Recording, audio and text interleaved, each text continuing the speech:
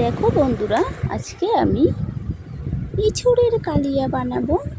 তবে তার আগে বলো সবাই কেমন আছো? আমি ভালো আছি। আমি তোমাদের সামনে আবার একটা নতুন ভিডিও নিয়ে এসেছি। এটা আমি নিজে হাতে বানিয়েছি, নিজে হাতে কেটেছি এবং ধুয়েছি, সব কিছু নিজে হাতে করেছি। দেখো, এটা হচ্ছে ইঁচড়। তা আজকে আমি ইঁচড়ের কালিয়া বানাবো। আচ্ছা, এটা কেমন দু রকম করে কাটা আছে, তার কারণ হচ্ছে দু রকম রান্না হবে। এই জন্য আমি একসাথে কেটে জলে ভিজিয়ে রেখেছি। তার জন্য কেন জানো? কারণ হচ্ছে আটাটা যাতে হাতে না লেগে যায়, সেই জন্য। আচ্ছা, ইঁচড়ের কালিয়া করার জন্য আমি ইঁচড়গুলোকে বড় বড় করে কেটে নিয়েছি, বড় বড় সাইজের কেটে নিয়েছি। তারপরে দেখো, পুরো এটা মানে কি বলবো, কোনো গুঁড়ো মশলা ছাড়াই, যেমন শিলের উপর বেটে তাকে। এবার দেখো, এটাতে আছে বড় ক্যাপসিকাম, পেঁয়াজ, রসুন গোটা, টমেটো, আদা, সব কিছু আছে। মানে এগুলো কিছু কিছু জিনিস ভাজা হবে আর কিছু কিছু জিনিস বাটা হবে। সেটা কিন্তু নিজের হাতেই বেটেছি আমি। যেমন আদা রসুন এটা বাটবো, আর জিরে তো আছেই। এই দেখো, জিরে বাটতে বাটতে আমি আদাটাকে থেকে দেখিয়ে দিয়েছি। এবার রসুনও বাটবো কিছুটা, তবে একটু একটু করে। ওই দেখো, আমি নিজে হাতেই করেছি সব। আর এটা কিসে রান্না করেছি জানো? এটা উনুনে করেছি, মাটির উনুন। অনেকে চুলো বলে, অনেকে উনুন বলে, আচ্ছা যে যেমন বলে। দেখো, বাটা হয়ে গেছে। টমেটো দুটো কি লাল লাগছে না? কি দারুণ দেখতে লাগছে। এই জীবন ছিল নদীর মতো। আজকে আমার শরীরটা না ভালো না, এই জন্য গলাটা একটু হয়তো অনেকের কাছে অন্যরকম লাগতে পারে, কিন্তু এটাই কিন্তু আমি মাম, আমার নিজেরই ভয়েস এটা। ইঁচড়গুলো সেদ্ধ করে নিতে হবে আগে। আগে ইঁচড়গুলো একটু জলে, গরম জলে ফুটিয়ে নিতে হবে। এই যে ফুটিয়ে নেওয়ার পরে এটা নামিয়ে রেখেছি আমি। নদীর মতো গতিহারা। দেখো, নুনটাই আমি কড়াই বসিয়ে দিয়েছি, লোহার কড়াইতে। এটা হচ্ছে কিন্তু লোহার কড়াই। এখনকার দিনে জানি অনেকেই হয়তো রান্না করে না, কিন্তু আমি করছি। প্রথমে ভালো করে গরম করে নিতে হবে কড়াইটা। নেওয়ার পরে তেলটা একটু ভালো করে গরম করে নিয়ে, দেখো মোটা মোটা করে পেঁয়াজ কাটা ছিল, সেই পেঁয়াজটা একটু মানে খুব যে বেশি ভাজা সেটা নয়, কিন্তু হালকার মধ্যেই একটু নেড়েচেড়ে নামিয়ে নিতে হবে। আচ্ছা, একটু নাড়াচাড়া করে নামিয়ে নিতে হবে, কিন্তু একটু টাইমও লাগবে, যেহেতু একটা পেঁয়াজ অনুযায়ী কাটা। যেহেতু আমি একটু মাঝারি সাইজের পেঁয়াজ নিয়েছিলাম, এই জন্য 4 চিল করেছিলাম। আর একটু বড় হলে একটা পেঁয়াজের থেকে কম করেও 6 খণ্ড করেছি, আর একটা পেঁয়াজের থেকে মাঝারি সাইজের 4 খণ্ড করেছি। এই দেখো, হালকা কিছু একটু ভাজা করে আমি নামিয়ে নিচ্ছি। এই তেলের মধ্যেই আমি একটু ক্যাপসিকামগুলো ওই রকম পেঁয়াজের মতনই করে একটু নেড়ে চেড়ে নেব। হালকা ভাজা, যাকে বলে হালকা ভাজা। এই জীবন ছিল নদীর মতো গতিহারা, দিশাহারা।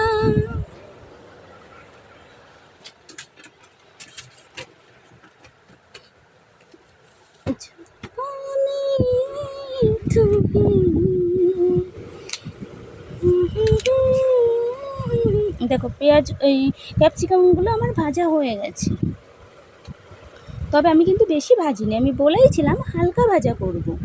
সেই তেলের মধ্যেই আবার কিছুটা গোটা রসুন দেব, কারণ একটু গোটা রসুন একটু খেতে আমাদের একটু টেস্টি লাগে। তোমরা খেয়ে দেখবে। এটা জানি না কে কতটা পছন্দ করো। এই হালকা ভাজা গোটা রসুন খেলে উপকারও আছে শরীরের, ব্যথার অনেক কাজ করে কিন্তু এই রসুনে। আচ্ছা, ওগুলো আমি এক সাইডে একসাথে করে মিশিয়ে রাখলাম। এরপরে তেলের মধ্যে আমি জিরে আর তেজপাতা একসাথে দিয়ে দিয়েছি। আচ্ছা, একা একা করছি তো তাই একটু সময় লাগছে, তবে লঙ্কা দুটোও দিয়ে দিয়েছি ওই তেলের মধ্যেই। একটু নাড়াচাড়া করছি, নাড়াচাড়া করতে করতে এবার ওই দেখো জিরে আবার একটু দিচ্ছি, কারণ ওটাতে কম হয়ে গেছিলো, তাই জন্য জিরে আবার একটু দিয়ে দিলাম। লা লা লা লা লা লা লা লা লা লা, চিরদিনই তুমি যে আমার,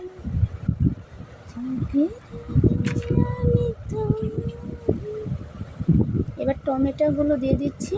টমেটোগুলো দেওয়া হয়ে গেছে। এবার টমেটোগুলো হালকা করে একটু ভাজা করে নেব। টমেটোটা ভাজা হয়ে গেলে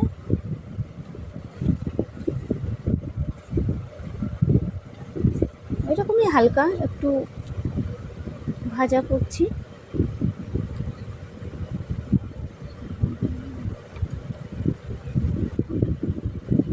এই একই তেলের মধ্যে টমেটোগুলো একটু ভাজা করে ভালো করে, টমেটোটা আর কি একটু ভালো করেই ভাজাটা করতে হবে, যাতে ওটা গলে যায়, ওর থেকে একটা সুন্দর কালার বেরিয়ে আসে, সেই জন্য ওটাতে একটু টাইম লাগবে।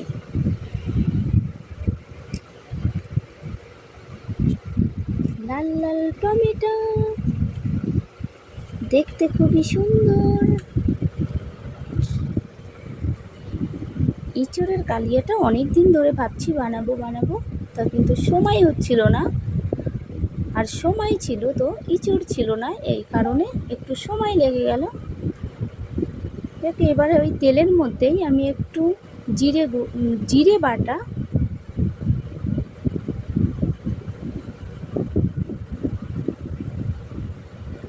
আদা বাটা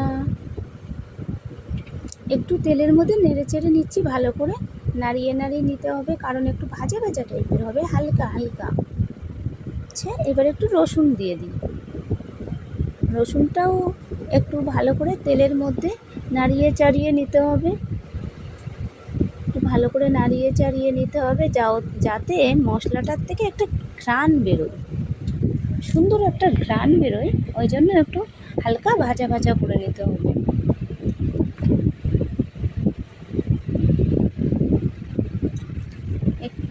দেখো একটু জল দিয়ে দিলাম, যাতে মানে কড়াইয়ের নিচেটা ধরে না যায়। তার মধ্যে হলুদ গুঁড়ো, যতটুকু হলুদ আর কি লাগে, যতটা তরকারি সেই অনুযায়ী হলুদ গুঁড়োটা দিতে হবে, মানে তরকারি অনুযায়ী হলুদ গুঁড়োটা আর কি দিতে হবে। হলুদটা দিয়ে একটু ভালো করে নাড়িয়ে নিতে হবে, না হলে হলুদটা দলা দলা হয়ে যায় অনেক সময়। তাই বন্ধুদেরকে বলছি, হলুদটা দেওয়ার সাথে সাথে একটু ভালো করে নাড়িয়ে নেবে। স্বাদ মতো নুন, মানে যতটা তরকারি আর যে যেমন নুনটা খায়, স্বাদটা যেমন যার যেমন তেমনভাবেই নুনটা দিতে হবে। তারপরে লঙ্কা গুঁড়ো, যে যেমন ঝাল খেতে ভালোবাসে তেমনই দিতে হবে লঙ্কাটা। আমি একটু বেশিই খাই, কিন্তু আমাদের বাড়িতে সবাই এতটাও খায় না, ওই জন্য অল্প করেই দিয়েছি, যাতে সবাই খেতে পারে। আচ্ছা, একটু তেল দিয়ে দিতে হবে, তাহলে একটু তেলা তেলা কি সুন্দর একটা, মানে কি বলবো, একটা দারুণ একটা ভাব চলে আসবে। তার মধ্যে ওই যে ভাজা যে ক্যাপসিকাম, পেঁয়াজ, রসুন যেগুলো ছিল সেগুলো ঢেলে দিলাম, দিয়ে ওটাতে একটু নাড়িয়ে নিতে হবে। দেখো কালারটা কত সুন্দর এসছে।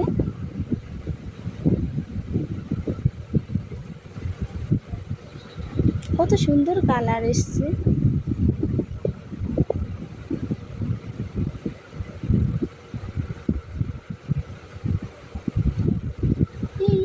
জীবন এটা কিন্তু আমি রাতে বানিয়েছি, তাই অনেক মানে এক টাইমে কারেন্টটা ফট করে চলে গেছিলো। ওই জন্য আমি যে তাড়াতাড়ি কিছু খুঁজে পাচ্ছিলাম না বলে আমার হাতের কাছে একটা ল্যাম্পও ছিল, তা আমি ল্যাম্পটা জ্বালিয়েছিলাম। ওই যখন পেঁয়াজের ঝুড়িটা ছিল, পেঁয়াজ ক্যাপসিকাম দেখাচ্ছিলাম, তখন তারপরে আবার কারেন্ট চলে এসছে, তখন আর অসুবিধা হয়নি, কেননা ফট করে অন্ধকারও হয়ে গেছিলো তো এই জন্য। দেখো একটু হালকা তেল দিয়ে দিলে না দারুণ তেলা তেলা ভাবটা।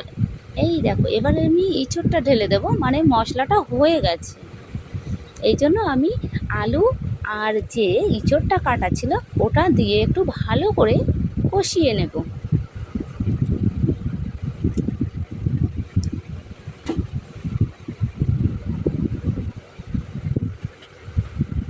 এক হাতে আমার ফোন আর এক হাত দিয়ে আমি কাজ করছি, এই জন্য একটু অসুবিধা হচ্ছে অবশ্যই আমার, তবে কোনো ব্যাপার না।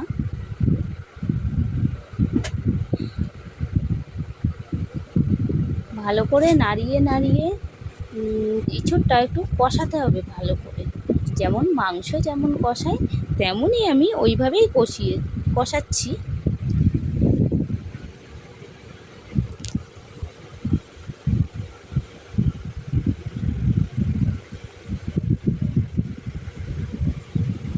দেখো কালারটা কত সুন্দর এসছে, ইঁচড়ের পিসটা কত বড় দেখেছো, মনে হচ্ছে বড় একটা কাতলা মাছের পিস, কিন্তু এটা কিন্তু মাছ না এটা কিন্তু সত্যিই ইঁচড়।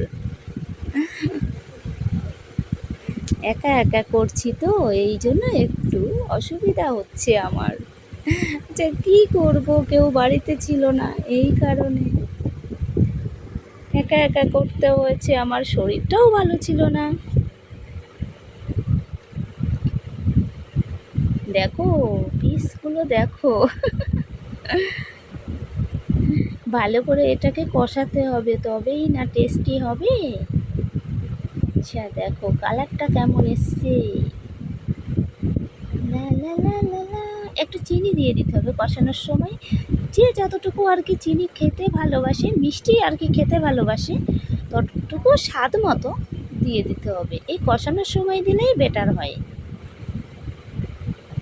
আমার কষানো প্রায় হয়ে গেছে, কাছে চলে এসছে প্রায়, বাস এবার মনে হচ্ছে হয়ে গেছে।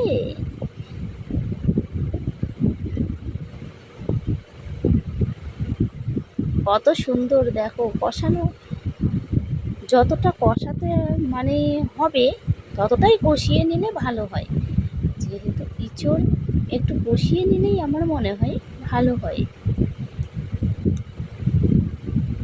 এতটাই বড় যে আমি খুন্তি দিয়ে তুলতেও পারছিলাম না, পড়ে যাচ্ছিল হাত থেকে।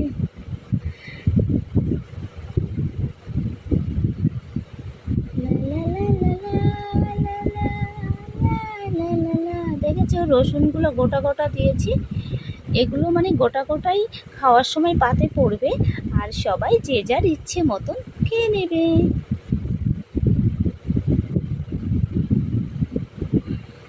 কত সুন্দর লাগছে, দারুণ লাগছে দারুণ। চিরদিনই তুমি যে আমার, যুগে যুগে আমি তোমারই,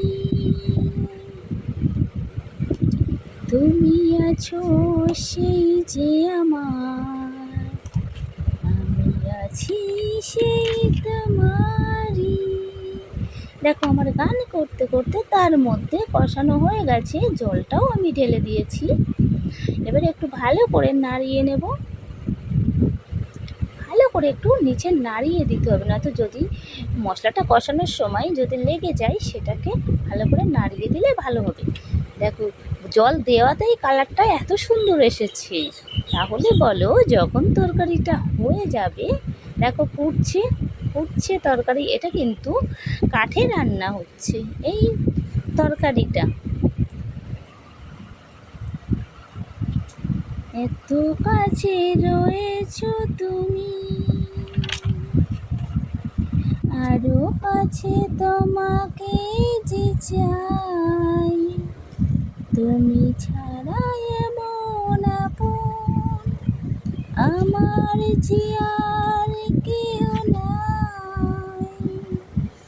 আমি কি গো তোমাকে ছেড়ে। দেখো তরকারিটা আমার হয়ে গেছে, এবার আমি গাবলায় নামিয়েও নিয়েছি। নামানোটা দেখাতে পারলাম না, কারণ একা একা করছি তো, ভিডিওটাও একা করছি, রান্নাটাও একা করছি। তাহলে দু হাত দিয়ে যদি আমি কড়াইটা ধরি তাহলে আমি ভিডিওটা করব কি করে? ওই জন্য আমি ফোনটা এক পাশে রেখে আমি নামিয়ে নিয়েছি, তারপরে আমি গাবলায় ঢেলে তোমাদেরকে দেখাচ্ছি। আমি কি গো তোমাকে ছেড়ে। এবার আমি খাবো। রাতে লুচি হয়েছিল, লুচি দিয়ে ইঁচড়ের কালিয়া। দেখো আমি এবার খাচ্ছি,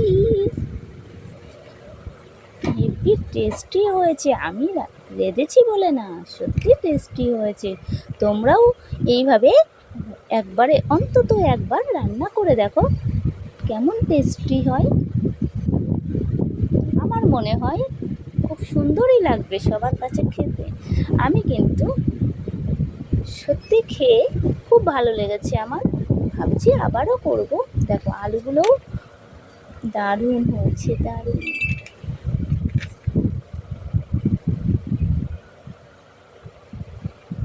আমি কি গো তোমাকে ছেড়ে একা একা থাকতে পারি,